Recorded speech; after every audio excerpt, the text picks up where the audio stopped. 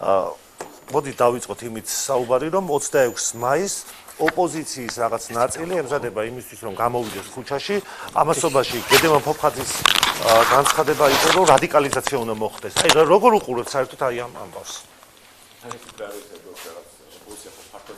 ხო. და რაღაც ისტორია მოხდება, მე არ ვარ ამაზე პასუხისმგებელი. ხო, შეფასება მაინტერესებს, პასუხისმგებაზე არ გეკითხებით. პრეტენზია ზოგადად ჩემი კოლეგებისადმი, ზოგადად პოლიტიკური პროცესისადმი არის ის, რომ ლაპარაკი არ მიმდინარეობს. აგერ აქ ბატონი პაატა იყო და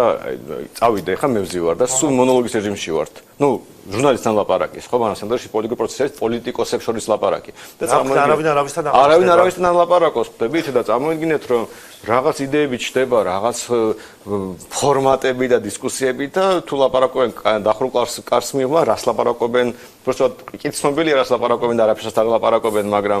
აი დამკვირვებლისთვის და ჩემზე ნაკლებად ინფორმირებული ადამიანისთვის ხო რაღაც პროცესია და არანაირი შინაარსი ამას არ აქვს. და მე ვიღაც გამოვარდება, რაღაც განცხადებას გააკეთებს, იმიტომ რომ ეთყობა დიდი ხანი არსად არ მოხდა რა მედიაში და რაღაც უნდა თქვას რომ ვიღაცამ ყურადღება მიაქციოს. ანუ ეს იყო გედემან ფოფხაძის მხრიდან და ასე ფიქრობ. აბა მე კი როგორ შეიძლება ახლა წამოიგნეთ რომ აი მე იმას კი არ რომ რევოლუცია შეიძლება იყოს აი მნიშვნელოვანი ინსტრუმენტი საზოგადოების ხელში რაღაც თქვა ტირანიის დასამარცხებლად და რამდენი კარგი რევოლუცია გვინახავს ისტორიაში, მაგრამ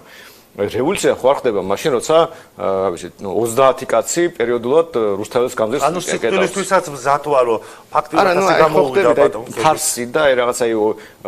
არაგულწრფელობა რა სიკვდილისთვის რისთვის ხარ მზად ანუ საერთოდ რისთვის იბრძვი ანუ სიკვდილისთვის ადამიანებს ამერიკელი რევოლუციას აწყობდნენ უნდათ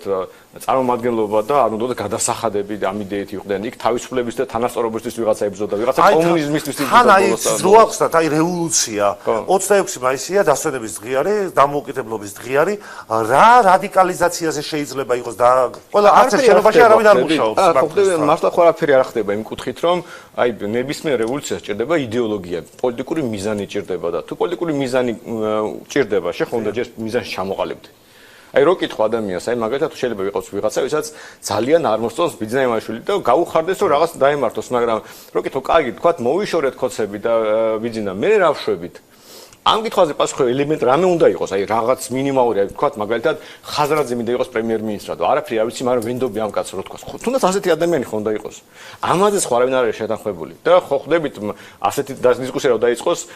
პოლიტიკური ლიდერებს რა დაემართებათ და რა შეფასებები გაჟღერდება მათ მიმართ და როგორ შეიძლება რამეზე ლაპარაკო რამე დაძაბულობაზე ან რაღაც სიტუაციის გამძაფრებაზე სიტუაციაში შეიძლება პოლიტიკური მიზანი არ გაქვს